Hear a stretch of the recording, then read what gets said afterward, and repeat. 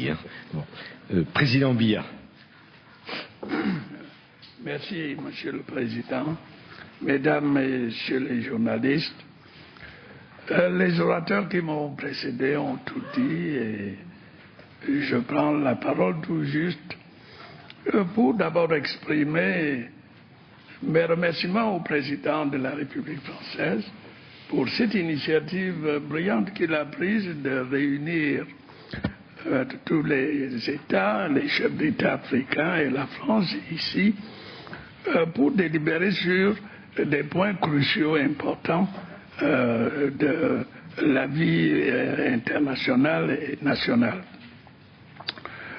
Je voudrais également saisir cette occasion pour le féliciter pour le caractère brillant, le succès de cette conférence où le président Sarkozy a porté sa méthode, langage direct, franc, dynamique.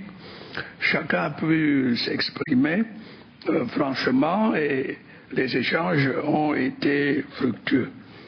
Je voudrais simplement dire qu'il y a quelque temps à Yaoundé, nous tenions une réunion moins importante où nous affirmions que l'Afrique avait atteint sa maturité.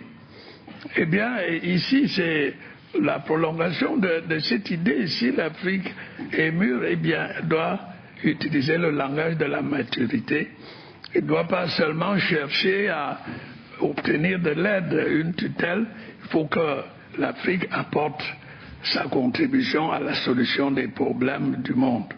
Je voulais également dire toute notre appréciation au président Sarkozy pour l'appui fort qu'il nous apporte dans nos revendications pour une meilleure représentativité de l'Afrique au sein des instances décisionnelles du monde, et particulièrement au Conseil de sécurité.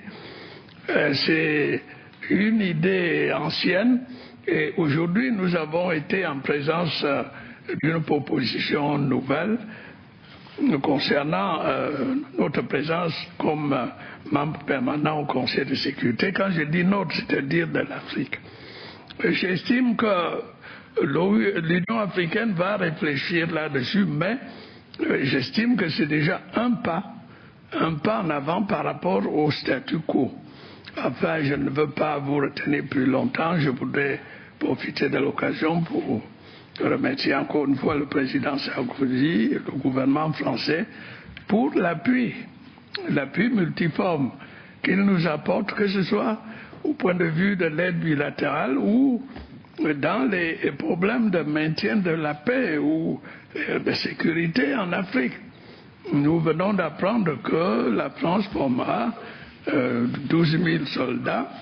Je ne parle pas des sommes d'argent qui sont affectées pour assurer une meilleure stabilité de l'Afrique. Enfin, nous saluons l'initiative qui a consisté à réunir ici, aujourd'hui à Nice, des entreprises françaises et une bonne partie des entreprises camerounaises pour renforcer le partenariat. Car nous pensons que c'est en coopérant aussi bien au niveau des États qu'au niveau des entrepreneurs que nous allons renforcer la coopération si amicale et féconde entre la France et l'Afrique. Merci beaucoup.